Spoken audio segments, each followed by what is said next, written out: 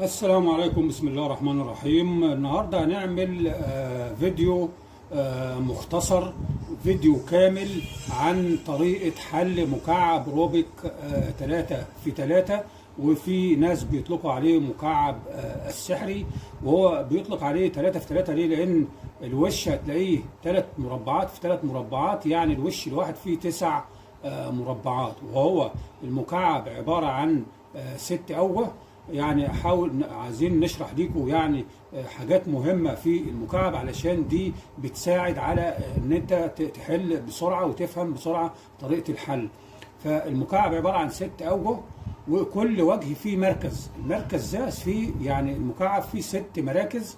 المراكز دي مهمة جدا في طريقة الحل، علشان تبقى تاخد بالك منها، لان هي اللي بتحدد الالوان، اللي احنا بنحل بيها.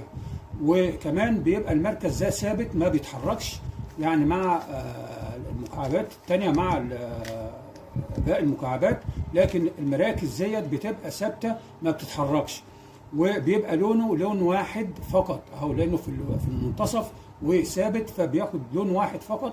وبتقدر تحدد لون الوش بلون المركز. يعني مثلا المركز ده ابيض، يبقى الوش ده عند الحل هيبقى ابيض، كله ابيض.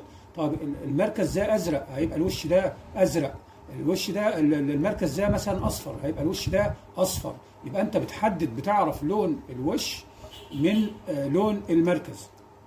خلاص. طيب المكعب فيه ايه تاني عشان تبقوا عارفين؟ في عندنا اللي هي المكعبات اللي في النص، اللي هي الاربعه دي كده، الاربعه دول في النص، دي بتبقى عباره عن لونين 2 فقط، لانها في النص بتبقى واخده لون مع الوش ده ولون مع الوش ده، لانها محصوره في المنتصف.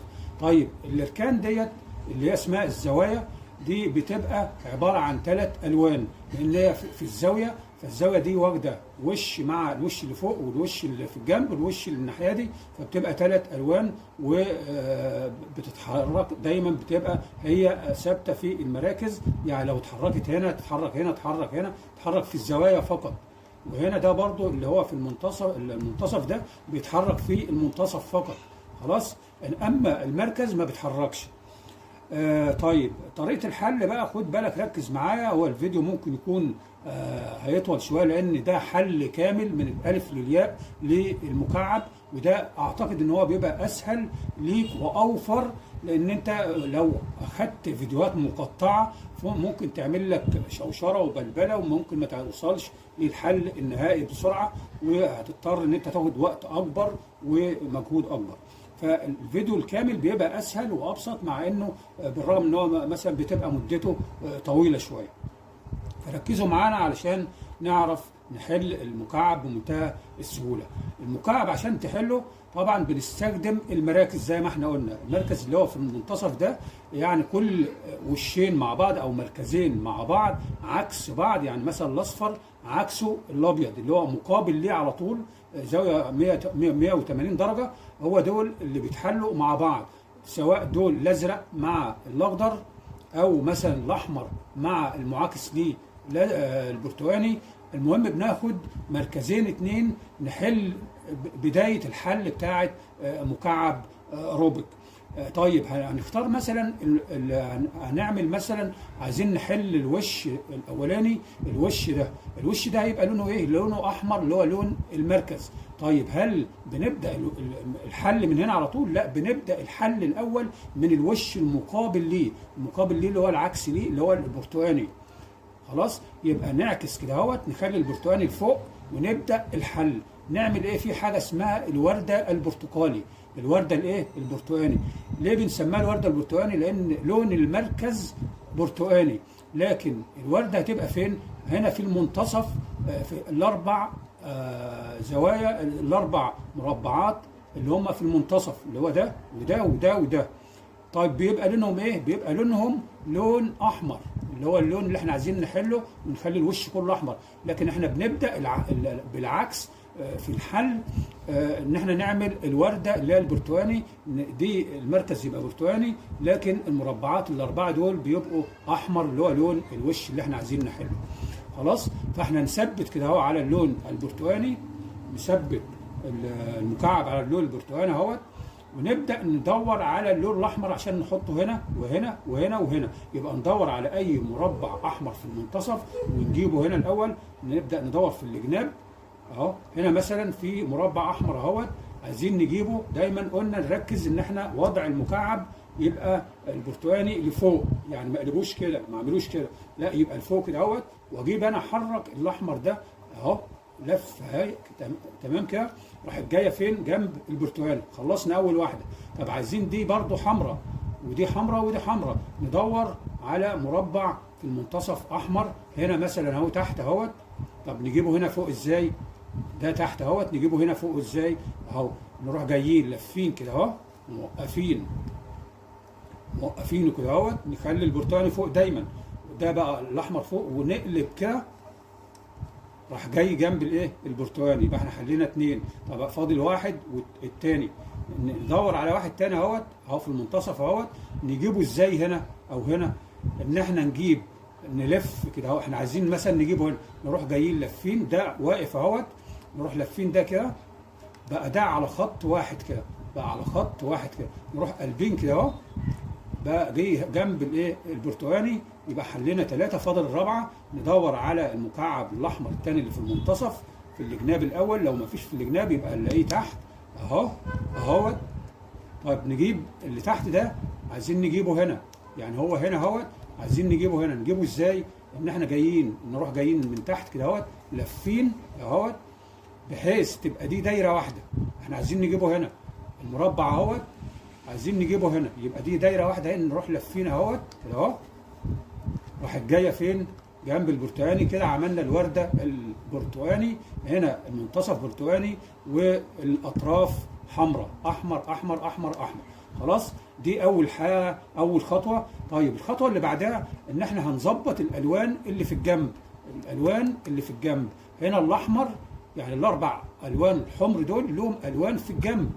اللي في الجنب ده ابيض، لازم يمشي مع المركز الابيض هنا، علشان نبدا لما يبقى ده احمر ابيض مع ابيض نقلب 180 درجه علشان يجي جنب الاحمر، عشان نعمل هنا حاجه اسمها الزائد الاحمر. الزائد الاحمر كله احمر، يعني كده احمر كده احمر. خلاص نعمله ازاي؟ نيجي هنا، احنا بنحل فوق اهو الاول، يبقى الاحمر وهنا ابيض، نبقى نلف من فوق كده اهوت، نيجي على المركز الابيض لحد ما ده يجي على المركز الابيض اهو. جه على الايه؟ يبقى احمر ابيض ابيض. اما يبقى احمر ابيض ابيض نبدا نقلب 180 درجه اهو. جت فين؟ جت هنا. بقى احمر احمر ابيض ابيض. خلاص تمام. نعمل اللون اللي بعده. هنا احمر في الجنب اخضر، لكن هنا ازرق. احنا عايزين هنا اخضر اخضر. يبقى نلف اللي فوق ده اهوت تمام، على نجيبه على المركز الاخضر. نلف اهو، جه على الايه؟ المركز الاخضر. بقى احمر اخضر اخضر. نروح جايين قلبينه 180 درجه عشان نكون الايه؟ الزائد الاحمر. نعمل اللي بعده. هنا احمر ازرق، هو جاي ازرق على المركز اوتوماتيك لوحده. يبقى كده ريحنا، نبقى نقلب 180 درجه على طول مره واحده اهو. نعمل اخر واحد احمر باصفر ابيض. طيب احنا عايزين ده يبقى اصفر، نبقى نحرك ده اهو اللي فوق على المركز الاصفر. تنينا نلف كده كده اهو، مع مراعاه ان البرتقاني فوق اهو اهو لحد الاصفر. يبقى احمر اصفر اصفر. نروح قلبين 180 درجه اهو كده. نقلب كده، كونا الزائد الاحمر، مع ان الالوان اللي في الجنب مظبوطه، ازرق مع ازرق وابيض مع ابيض واصفر مع اصفر، اخضر مع اخضر. خلاص يبقى كده حلينا علامه الزائد وظبطنا الجناب، الالوان الجناب مع المراكز. والخطوه اللي انت تحلها تحافظ عليها، ما تتلخبطش. خلاص تحافظ عليها دايما. يبقى طريقه الحل بقى هنبدا نشتغل على الايه؟ الزائد الاحمر. دايما الزائد الاحمر يبقى لفوق. ليه؟ خد بالك من اوضاع المكعب وانت بتحل. الاحمر فوق، الزائد الاحمر ده يبقى لفوق على طول باستمرار. وتحافظ على الالوان اللي في الجنب تبقى متطابقه، يعني ما تسرحش تروح لفه كده يبقى ابيض مع اخضر. لا، لازم الالوان دي تكون متناسقه، ابيض مع ابيض، احمر يعني اخضر مع اخضر اصفر مع اصفر كده وتحافظ عليهم. بعد كده نحل الاربع زوايا، الاربع الاركان دول. طيب نحلهم ازاي؟ خد بالك من الطريقه عشان دي مهمه جدا. ان هنا الزاويه قلنا بتبقى 3 الوان لانها محصوره ما بين 3 مراكز. يعني الزاويه دي مثلا محصوره بين المركز ده والمركز ده والمركز ده لانها في المنتصف اهو. لكن الزاويه ديت الوانها مش متطابقه مع الثلاث، لان احنا بنعرف لون المكعب اللي احنا عايزينه هنا يبقى الصح من المراكز. هنا المركز احمر يبقى المكعب ده لونه احمر ابيض اخضر، ده المفروض ده اهو احمر ابيض اخضر، لكن ده لونه اخضر برتقاني اصفر مش هو. يبقى ندور على المكعب اللي في الزوايا، ندور اي زاويه سواء فوق او تحت في الاربع زوايا اللي تحت عن المكعب اللي لونه احمر ابيض اخضر، ونحفظ وندور احمر ابيض اخضر احمر ابيض اهو اهو. احنا عايزين نجيبه تحت الزاويه اللي احنا عايزين نحلها. احنا عايزين نحل الزاويه دي، نحل الزاويه دي، فنجيب المكعب الصح اللي هي الوانه صح ماشيه مع الثلاث مراكز، الاحمر ابيض اخضر، تحت الزاويه اللي هي ايه هنا. تمام، عايزين نطلع ده بقى الصح هنا اهو، هنا اهوت عشان نقفل الزاويه دي ونصححها. تمام. وطريقه الحل بقى في اول قانون، ده اول قانون اللي هو هيظهر لك على الشاشه اللي هو ار انفيرس او رايت انفيرس. ار يعني رايت يعني يمين، يمين انفيرس لو الانفيرس اللي هي شرطه على الار. تمام. لو الحرف عليه شرطه يبقى تحرك. خد بالك التحريك بيبقى مع عقارب الساعه او عكس عقارب الساعه. يعني قال لك ار انفيرس او رايت انفيرس يبقى اتحرك الجهه اليمين. طبعا انت مثبت المكعب اهوت والحرف الزائد الاحمر فوق دايما، تمام، مع الالوان اللي في الجنب، وتخليه ثابت كده اهوت. يبقى ده يمينك، ده ورا، ده تحت، ده قدامك، ده فوق، ده شمالك. خلاص. يبقى اما يقول لك رايت انفيرس يبقى هتحرك اليمين بعد ما تظبط المكعب اللي تحت اللي انت جبته طبقا للالوان بتاعت المراكز ديت. تبدا تطبق القانون رايت انفيرس، يعني تحرك اليمين عكس عقارب الساعه مره واحده كده اهو. تمام. داون انفيرس، داون يعني تحت، انفيرس يعني عكس عقارب الساعه مره واحده اهو. وبعد كده رايت يعني يمين مره واحده مع عقارب الساعه، وداون مع عقارب الساعه مره واحده. ونبدا نكرر تاني لحد ما نجيب المكعب يظهر لنا هنا ويحل الزاويه. نكرر تاني رايت انفيرس، داون انفيرس، رايت داون، رايت انفيرس، داون انفيرس، رايت داون، رايت انفيرس، داون انفيرس، رايت داون، رايت انفيرس، داون انفيرس، رايت داون، رايت انفيرس، داون انفيرس، رايت داون، رايت انفيرس، داون انفيرس، رايت داون. طبعا هو كده ما بتحلش. قول لي ليه بقى؟ انا قصدت ان انا اعمل كده علشان تاخدوا بالكم كويس جدا ان انت لما تيجي تبدا تحل لازم تتاكد تاني ان الزاويه اللي انت جبتها هنا صح مظبوطه ماشيه مع المراكز، لكن هنا مش مظبوطه. احنا عايزين الزاويه اللي هي لونها احمر ابيض اخضر، احمر ابيض اخضر اهو. شوف هي فين اهو، نجيبها اهيت ونتاكد ان هي تحت الزاويه اللي احنا عايزين نحلها، ونبدا نطبق القانون. نخليها على ايدنا اليمين، ايدنا اليمين، والزائد فوق الاحمر، ونبدا نطبق القانون. رايت انفيرس اللي هو يمين عكس عقارب الساعه، داون انفيرس تحت عكس عقارب الساعه، يمين مع عقارب الساعه، تحت مع عقارب الساعه. ونكرر تاني القانون. رايت انفيرس، داون انفيرس، رايت داون، رايت انفيرس، داون انفيرس، رايت داون، رايت انفيرس، داون انفيرس، رايت داون، رايت انفيرس، داون انفيرس، رايت داون. خلاص كده جت اهيت. بقى الاخضر مع الاخضر والابيض مع الاحمر، الابيض مع الابيض والاحمر مع الاحمر، يبقى الزاويه دي اتحلت. طيب نلف بقى نجيب الزاويه الثانيه على ايدنا اليمين برضو، ونشوف الاول هنا دي لونها هل ينطبق مع المراكز ما ينطبقش، يبقى ندور على المكعب اللي لون المراكز احمر اخضر اصفر، احمر اخضر اصفر. ندور على اللي فوق واللي تحت، احمر اخضر اصفر. هنا فوق اهوت، كويس ان هو جه فوق عشان ايه الحاله دي تعرفوها، عشان نقول لكم ازاي بتتحل. لازم دي بقى تروح جاي، عشان لازم نجيبها تحت الزاويه اللي احنا عايزين نحلها. يبقى دي تلفها كده اهو، كده جه المكعب تحت اهو اللي احنا عايزينه، وابدا الفه مرتين تحت اهو.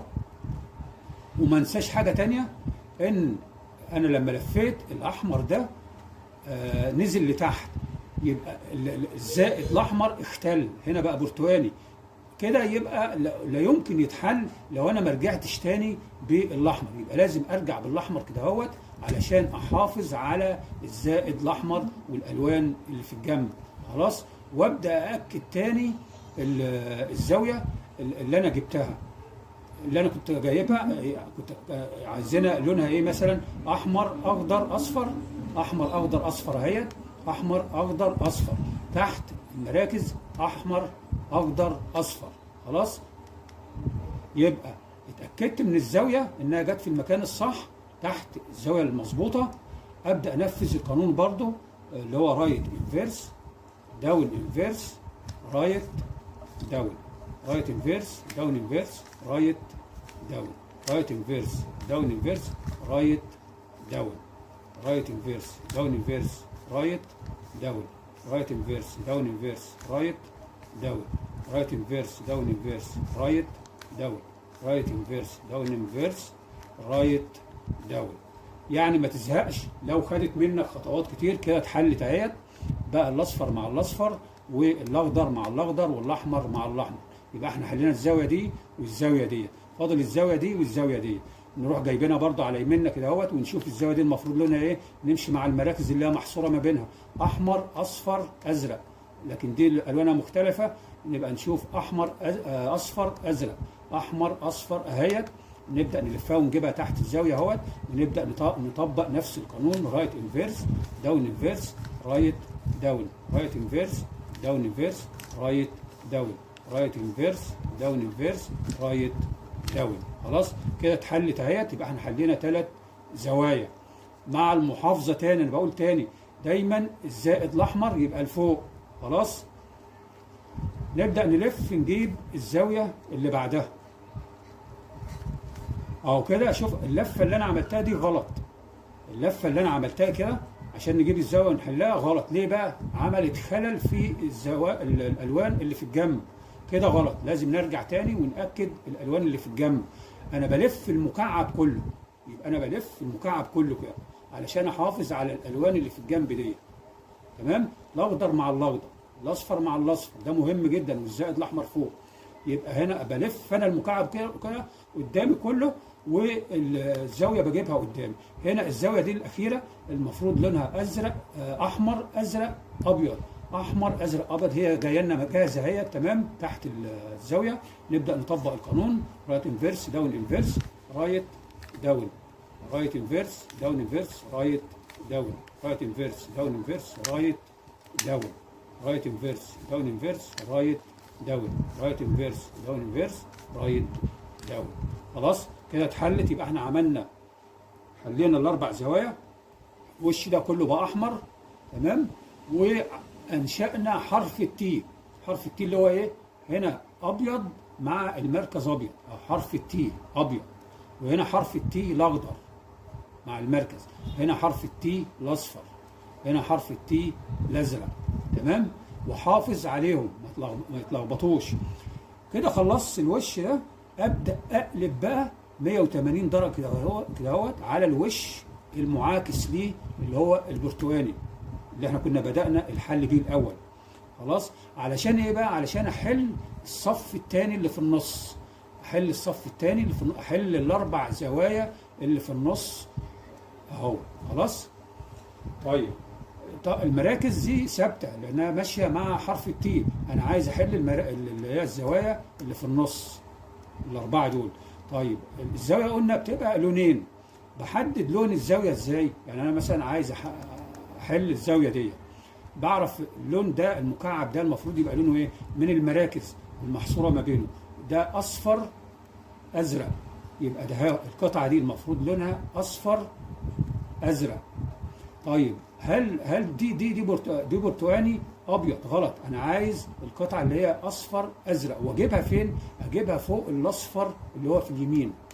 يعني هنا الاصفر ده يمين اللي هو الازرق، لازم اجيب القطعه اللي هي الصح اللي هي لونها اصفر ازرق هنا فوق الاصفر هنا كده في اليمين، بحيث المربع الزاويه اللي انا عايز احلها تبقى على شمالي، والمكعب اللي انا عايز اجيبه يبقى فوق هنا على اليمين، فوق ده كده خلاص، بحيث ان هو يسقط يروح جاي شمال كده، هو ساقط شمال كده جاي هنا في الزاويه هنا، يبقى يمشي مع الاصفر والازرق. وفي حالتين هنقول لكم عليهم دلوقتي. المهم دلوقتي نشوف على المكعب اللي هو الاصفر الازرق فين هو، اهو جنبه اهوت، مع انه جنبه بس يعني عايزين نجيب ده اهوت هنا، فلازم نرفع ده فوق، لازم نرفعه فوق، يبقى نخلي ده على شمالنا، المكعب الصح ده على شمالنا كده، ونطبق القانون الثاني اللي هو هيظهر لحضراتكم على الشاشة.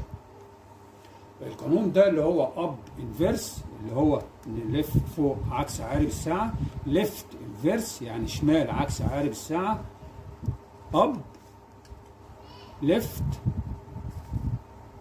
ليفت اللي هو شمال يعني، اب فوق، فرونت يعني امام اللي قدامك كده، فرونت يعني ايه الامامي مع عقارب الساعة، اب انفيرس فرونت انفيرس اللي هو الامامي عكس عقارب الساعه. خلاص، يبقى القطعه المفروض كنا عايزينها اصفر في ازرق، اصفر في ازرق، جات لنا فين؟ جات لنا فوق، نبدا نلفها اهيت، نجيبها فوق الاصفر اهوت، بحيث انها دي القطعه ديت صح اهيت، ازرق في اصفر، هنا ازرق في اصفر، هنجيبها كده، هنجيبها هنا، يبقى ده شمال، نخليها شمالنا كده اهوت، دي شمالنا الزاويه اللي احنا عايزين نحلها، والمربع اللي فوق ده فوق هنا كده. خلاص، يبقى المربع يمين الزاويه اللي احنا مربع وفوق، يعني يمين وفوق المربع الزاويه اللي احنا عايزين نحلها. خلاص، مش عارف دي واصله ولا لا، يعني اتمنى ان انتم تكونوا فاهمينها. بعد ما نجيب المربع الصح فوق اهوت، والزاويه هنا في الشمال، ونخلي بقى المكعب كده اهوت ثابت كده، والزاويه شمالنا، نبدا نطبق القانون تاني اهو، اب انفيرس ليفت انفيرس، اب ليفت اب فرونت، اب انفيرس فرونت انفيرس. كده المكعب سقط لنا فين؟ هنا اهوت، بس متشقلب، هنا المفروض الاصفر مع الاصفر والازرق مع الازرق، لكن هو متشقلب، مش مشكله. هنبدا نطبق القانون تاني، نخليه برضو على شمالنا، الزاويه على شمالنا، ونبدا نكرر القانون تاني. هنلاقي المربع ده او المكعب ده جالنا فوق بس ورا، هنا كده. نبدا نطبق القانون، اب انفيرس ليفت انفيرس، اب ليفت اب فرونت، اب انفيرس فرونت انفيرس، اهو جالنا هنا فوق ورا اهوت، فوق ورا، نبدا نلف كده اهوت، اهو جالنا اهوت كده مظبوط، اصفر مع اصفر، والازرق ده فقط هينزل يسقط هنا، اما يجي هنا اهوت يبقى ماشي مع الازرق. خلاص، يبقى نطبق، نخليه برضو الزاويه اللي احنا عايزين نحلها على شمالنا، والمكعب الصح فوق اهو، ونبدا نطبق القانون لثالث مره، اب انفيرس ليفت انفيرس، اب ليفت اب فرونت، اب انفيرس فرونت انفيرس. كده اتحلت الزاويه، كده بقى اصفر مع اصفر وازرق مع ازرق، اصفر مع اصفر وازرق مع ازرق. خلاص، طيب الزاويه اللي بعدها اللي هي دي، احنا عايزينها ايه؟ عايزين نحلها، هيبقى لونها ايه؟ لونها ازرق ابيض، طبقا للمركز ده وده اللي هي محصوره ما بينه، ازرق اصلا كان دي ازرق برتقالي، يبقى ندور على المكعب اللي لونه ازرق ابيض اهوت، اهو نروح جايين لافينه، جايبينه في اليمين فوق على المركز فوق، ونخلي الزاويه على شماله الناحيه دي، اهو، ونخلي اهو بتاع مواجه ليا اهوت على شمالي، الزاويه اللي انا عايزها على شمالي، والبتاع فوق اهو المكعب الصح اللي انا عايز اسقطه كده، ونبدا نطبق نفس القانون. اب انفيرس، ليفت انفيرس، اب، ليفت، فرونت، اب انفيرس، فرونت انفيرس.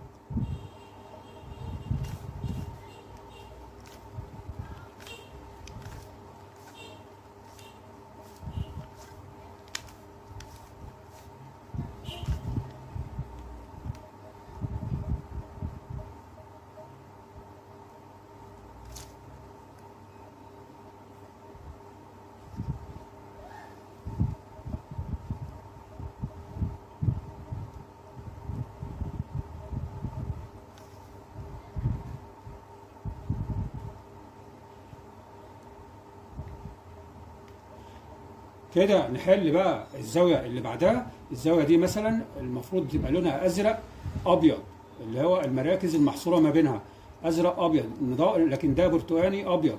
ندور على ازرق ابيض، هنلاقي ازرق ابيض اهوت، نلف كده اهوت، نجيبه على المركز اللي في اليمين، والزاويه نخليها في الشمال، ونخليها مع عند الحل بقى ايه، يبقى مواجه ليا، يبقى الزاويه في الشمال والمكعب الصح فوق اهوت عشان يسقط يجي كده شمال. نطبق القانون اب انفيرس، ليفت انفيرس، اب، ليفت، اب، فرونت، اب انفيرس، فرونت انفيرس. خلاص جه سقط لنا هنا اهوت بس معكوس برضو، يبقى نحله تاني، نكرر القانون تاني. هنلاقي ان المكعب ده الصح ده جالنا فوق بس رجع ورا، نجيبه نعدله هيطلع مظبوط، نحله كمان مره هيسقط مظبوط في مكانه. يبقى اب انفيرس، ليفت انفيرس، اب، ليفت، اب، فرونت، اب انفيرس، فرونت انفيرس. اهو جالنا ورا اهوت، تمام. نبدا نلف كده اهوت، اهو جالنا اهوت بقى ازرق مع ازرق، والابيض فقط هيسقط كده، يبقى الازرق مع الابيض اهوت. ونخلي برضو نعدله تاني كده اهوت، وضع المكعب بالنسبه لي، ونطبق القانون. يبقى الزاويه دايما على شمالي، الزاويه على شمالي. طبق القانون اب انفيرس، ليفت انفيرس، اب، ليفت، اب، فرونت، اب انفيرس، فرونت انفيرس. اتحلت، يبقى الزاويه دي اتحلت ازرق مع ازرق والابيض مع الابيض. نحل بقى الزاويه برضو اللي بعدها. الزاويه اللي بعدها ديت اللي هي المفروض لونها ابيض اخضر.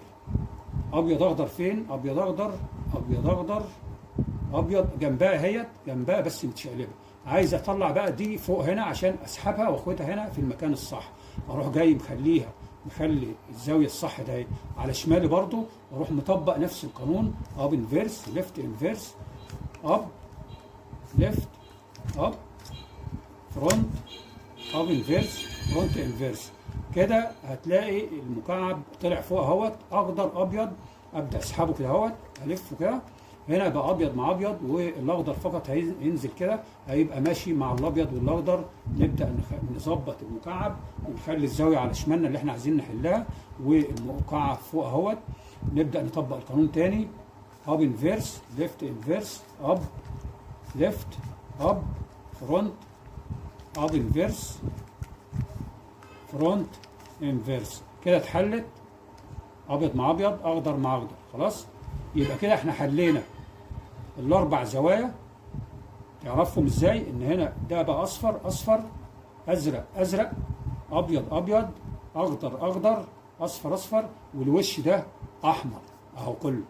خلاص يبقى احنا حلينا الطبقه دي والطبقه ديت، فاضل لنا الطبقه اللي فوق اخر طبقه. طيب نحلها ازاي؟ خد بالك بقى، ركز معايا، لان هنا برضو في شويه قوانين وفي اوضاع مهمه لازم تاخد بالك منها. هنا لو احنا بصينا فوق هتلاقي دايما، هتخلي ده الوضع فوق دايما كده على طول، اللي هو المركز البرتقاني. خلاص هنا جاي لنا نقطه واحده اللي هي المركز البرتقاني، لكن في ساعات طبعا بالقانون لما نطبقه احنا عايزين نعمل اللي هو علامه الزائد البرتقاني. عايزين نعمل علامه زائد كده برتقاني، زي ما كنا عملنا هنا زائد احمر، فهنا هنعمل زائد برتقاني. فهنا علشان جاي لك هنا لون واحد، فالقانون هيتطبق حوالي 3 مرات، نكرره 3 مرات علشان يعمل لك الزائد البرتقاني. يعني مرة هيبقى ده هيعمل لك حرف ممكن يعمل لك خط كده برتقاني، خط كده، وتخلي الخط موازي لصدرك، وتبدأ تطبق القانون تاني هيعمل لك حرف اللام، لازم يجيب لك حرف اللام كده اهوت، وتخلي اللام كده، يعني ال3 ألوان دول برتقاني وبرتقاني وبرتقاني، مش شرط ده برتقاني، اللام بس كده، وتخلي الزاويه البرتقاني ديت او اللام ده على ايدك الشمال لقدام كده في الاتجاه الشمال الغربي، الشمال الغربي كده، خلاص لازم عشان تتحل معاك. اما لو لفيته كده مش هينفع معاك. فنبدا نعمل القانون اللي بعده اللي هو يظهر لك على الشاشه، علشان نبدا نجيب الحرف اللام او الشرطه، او نعمل في النهايه يعني الزائد البرتقاني. فالقانون اللي بعده هيبقى اف اللي هي فرونت، اللي هي وجه يعني مع عقارب الساعه، اب فوق مع عقارب الساعه، رايت مع عقارب الساعه، اب انفيرس اللي هي فوق مع عكس عقارب الساعه، رايت انفيرس يمين عكس عقارب الساعه، فرونت انفيرس اللي هي قدام عكس عقارب الساعه. كده عملت لنا ايه؟ خط اهوت اللي في النص ده، مش ده اللي في النص، نروح عاملينه كده اهوت، نخليه موازي لصدرنا سواء كده او كده، المهم ان هو يكون موازي لصدرنا. نبدا نطبق القانون تاني مره. هنا فرونت امام مع عقارب الساعه، اب مع عقارب الساعه، رايت مع عقارب الساعه، اب انفيرس فوق عكس عقارب الساعه، رايت انفيرس يمين عكس عقارب الساعه، فرونت انفيرس اللي هو الامام عكس عقارب الساعه. كده عملت لنا حرف ال اهو، شايفين؟ ده ال بنخليه قدامنا كده، يعني في الزاويه دي كده في اتجاه الشمال الغربي كده، على شمالنا كده فوق قدام. خلاص نبدا نطبق نفس القانون تاني. فرونت فرونت اللي هو الوجه، اب رايت، اب انفيرس، رايت انفيرس، فرونت انفيرس. كده عملت لنا الزائد البرتقالي، خلاص. طيب الحل اللي بعد كده او الخطوه اللي بعد كده ان انا لازم ابص على الجناب بتاع الزائد، مش ده، لا الزائد اللي في النص، ابص على الالوان بتاعه الجنب. طب هنا ازرق واخضر، انا عايز الف اطابق على قدر الامكان لونين مع بعض مع المراكز، يعني هنا ازرق مع الازرق، نجرب كده مع الازرق اهوت، ازرق مع ازرق، خلاص، ونحافظ على الزائد البرتقالي. بعد ما طبقنا الازرق على الازرق، انتوا واخدين بالكم؟ يعني ده اللي في النص ده يبقى ازرق، الخط ده كده، الخط ده تمام، انما ده لسه مش موجود. فنطبق ده ازرق اهوت. نعمل بقى ايه؟ نشوف كمان وش زيه، وش كمان اهو متركب اصفر، كله اصفر، لكن دول مش مظبوطين، ده هنا اخضر ابيض، وهنا اخضر ابيض، فلسه عايزين ده كل ده ابيض، اللي في النص ده ابيض، واللي في النص ده يبقى كله اخضر. احنا لقينا بس وشين اللي مظبوطين، ده اصفر وده ازرق. طيب نحل ازاي ده؟ بالقانون الرابع، بحيث ان احنا الوشين اللي هم مظبوطين اخلي وش يمين انا، تمام، واللي هنا الوش الثاني اللي قدام كده انا مش شايفه، اللي قدام انا مش شايفه، وده يميني. ابدا اطبق القانون الرابع علشان اخلي كل العمدان لون واحد، يعني هنا اصفر، هنا ازرق، هنا مثلا يبقى كله ابيض، هنا كله يبقى اخضر. خلاص، يبقى خلي المظبوطين واحد كده زي ما قلنا، واحد يميني. ابدا اطبق القانون اللي هو ار، اللي هو قدامكم على الشاشه، ار يمين يعني مع عقارب الساعه، اب مع عقارب الساعه فوق، رايت انفيرس اللي هو يمين مع عكس عقارب الساعه، اب فوق مع عقارب الساعه، رايت يمين مع عقارب الساعه، 2 اب مع عقارب الساعه، بعد كده رايت عكس عقارب الساعه. كده نبدا نلف، يعني جالنا هنا مثلا ابيض، نلفه على المركز الابيض ده اهو، نلفه على المركز الابيض اهوت، بقى كل ده ابيض، الخط ده ابيض. نشوف الباقي، ده ازرق، تمام كده، ده بقى اصفر، ده بقى اخضر. خلاص، دلوقتي لسه بقى هنحل دول احنا بنتكلم على العمدان دي اهو كده تمام. يبقى احنا كده حلينا الخطوه دي. العمدان دي مظبوطه اللي في المنتصف مع حرف الزائد. تمام. نبدا بقى نحل اخر خطوه اللي هي الزوايا ديت. الزوايا اللي هي في الاطراف. طيب نعرف ازاي تتحل. يعني هنا الزاويه دي المفروض الوانها ايه؟ نشوف المراكز. هنا برتقاني ازرق احمر ابيض برتقاني ازرق ابيض، لكن دي لونها اخضر ابيض برتقاني، يبقى غلط. طيب هنا المفروض هنا الزاويه دي لونها برتقاني اخضر ابيض، لكن هنا ازرق اصفر برتقاني، يبقى غلط. طب هنا مظبوطه اهي، برتقاني مع برتقاني، اصفر مع اصفر، اخضر مع اخضر، يبقى اخلي ده يميني، اخلي الزاويه اللي هي المظبوطه يميني، والزوايا اللي هي مش ماشيه مع الالوان نخليها على شمالنا وقدام. تمام. ونبدا نطبق القانون اللي هو جاي ده، اللي هو اب، هتلاقي طبعا على الشاشه اب رايت، اب انفيرس، ليفت انفيرس، اب رايت انفيرس، اب انفيرس، ليفت. ونراجع تاني الالوان، هل الالوان انطبقت مع المراكز؟ طبعا لسه، لان ده ازرق مثلا برتقاني ابيض، لكن هنا المفروض برتقاني اخضر ابيض. يبقى نكرر القانون تاني كمان مره ونخلي الزاويه الصح على يميننا. يبقى هنا اب رايت، اب انفيرس، ليفت انفيرس، اب رايت انفيرس، اب انفيرس، ليفت. ونشوف هل الالوان انطبقت. هنا الالوان انطبقت فعلا.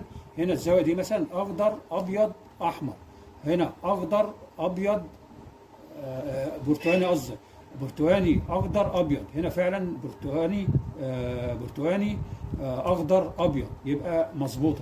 طب الزاويه دي المفروض برتقاني ازرق اصفر، هي فعلا برتقاني ازرق اصفر. خلاص. طيب نخش بقى على اخر حل واخر قانون. القانون اللي احنا استخدمناه في الاول هنستخدمه تاني هنا عشان نحل الزاويتين دول وننهي الحل كاملا. طيب خد بالك برضو من الوضع ده، لانه وضعه مهم، علشان في وضع محدد للمكعب علشان تقدر تحل الزاويه اللي انت هتحلها. يعني انا عايز احل الزاويه دي والزاويه دي، هتخلي زاويه منهم على ايدك اليمين، وتثبت المكعب ما يتحركش. يعني حليت الزاويه دي خلاص، اروح عايز مثلا احل الزاويه دي، اروح جاي مثبت المكعب كده اهو، ولافف انا الوش اللي فوق بس كده، اجيب الزاويه على ايدي اليمين هنا كده، على ايدي اليمين. خلاص. يبقى حليت دي، عايز اجيب دي مثلا، اروح لافف كده اهو وجايبها كده. يبقى ده اللي بيلف واجيب الزاويه على ايدي اليمين. يعني مش هروح جاي لف كده والمكعب كده، لا، انا مثبت الوضع، بجيب اول زاويه على ايدي اليمين اهيت واثبته والف انا من فوق اجيب الزاويه اللي انا عايز احلها. خلاص اهو. طيب نطبق بقى القانون رايت انفيرس داون انفيرس رايت داون رايت انفيرس داون انفيرس رايت داون. خد بالك من الملحوظه اللي انا هقولها لك ديت، ان انت لازم في الاخر هنا في الحل لازم تطبق القانون كامل، حتى لو الزاويه انطبقت بعد 3 خطوات. يعني عملت الرايت انفيرس وداون انفيرس ورايت، راحت جايه لك الزاويه، لازم تكمل الدي، لازم تكمل من تحت مع قارب الساعه، يعني تطبق ال4 حروف اللي قدام حضرتك في القانون. خلاص. طيب خلصت انا اول زاويه اتحلت. تمام. وهتلاقي طبعا هنا متلخبط، ما تقلقش، يعني من هنا كده متلخبط ما تقلقش.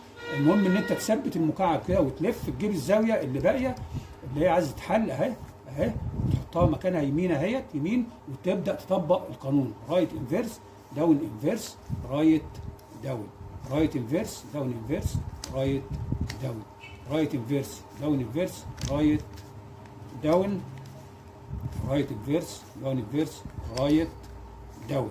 خلاص كده انا طبقت القانون كاملا 4 مرات، اللي هم ال4 حروف لازم. وبعد كده اهوت هتلاقي فيه ان الخطوط اتكملت، تبدا تلف اهو بقى كل ده اخضر برتقاني اصفر احمر ازرق، كده اتحل. خلاص. يبقى لازم تحفظ القوانين وتحفظها غيبا، ما تكتبهاش في ورقه، لان المطلوب ان انت تحلها من دماغك. هو ده التركيز، وهو ده قوه الملاحظه والتركيز. خلاص، هي دي ميزه ان انت تحل مكعب روبيك 3 في 3 بدماغك مش من ورقه. خلاص، لو في سؤال سيبوا لي تحت في التعليقات وانا هرد عليكم، وفي فيديوهات تانية علشان نستكمل. لو في نقط معينه انتم مش عارفينها تسالوا فيها، سيبوا لي ملاحظكم تحت وانا اعمل لكم الحاجه اللي انتم عايزينها. والسلام عليكم ورحمه الله.